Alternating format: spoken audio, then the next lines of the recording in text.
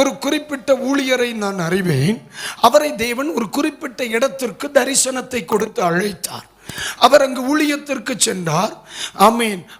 அந்த இடம் அவர் விரும்புகிறபடி அவருக்கு அமையவில்லை.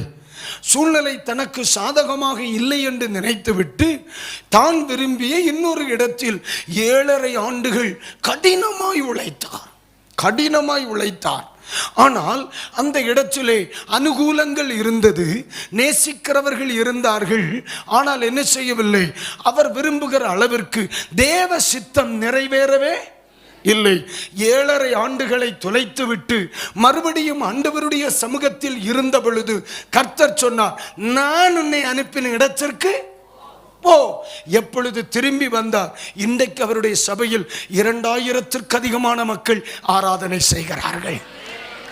ஐயா, ஆண்டவர் நம்மை உருவாக்க வேண்டுமானால் நாம் சரியானதை செய்ய பழக வேண்டும்.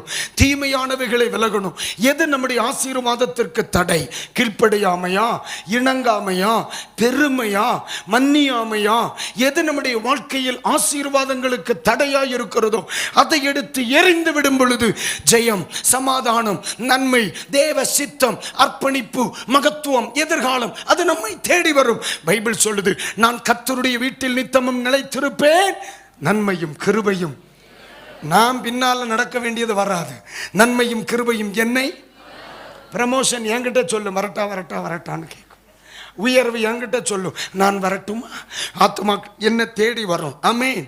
நான் சொல்ல, நான் கிறிஸ்துவை, அப்போ சொன்ன பவுல் சொல்லுகிறார், நாங்கள் கிறிஸ்துவை பின்பற்றுகிறது போல நீங்கள் எங்களையும் ஆமென் கிறிஸ்துவையும் பின்பற்றுகிறவர்களாகி நாம் கிறிஸ்துவை சரியாக பின்பற்றினால் ஜனம் கண்டிப்பா நம்மை பின்பற்றும்.